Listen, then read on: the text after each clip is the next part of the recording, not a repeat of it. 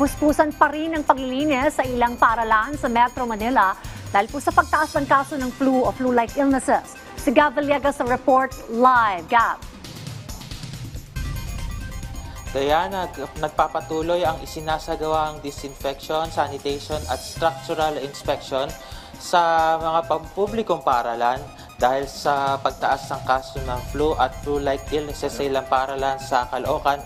Gayon din ang paghahanda para sa posibleng pagtama ng The Big One.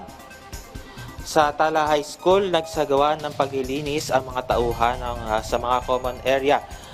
Gayon din ang structural at safety inspection sa mga gusali ng paaralan.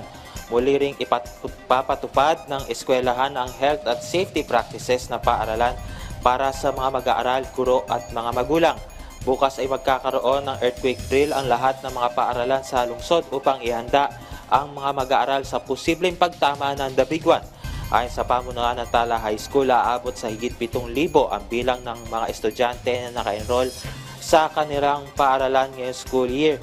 Dayan, nakatakda magtungo mamaya sa Tala Hospital si Health Secretary Ted Herbosa para ipresenta yung mga ospital na maaaring puntahan ng publiko sa oras na tumama itong The Big One. Ito ipepresenta ng DOH yung mga ospital na pupuntahan per quadrant. So meron din dito sa bandang Kamanava, meron sa bandang South, East at saka bandang western part ng Metro Manila.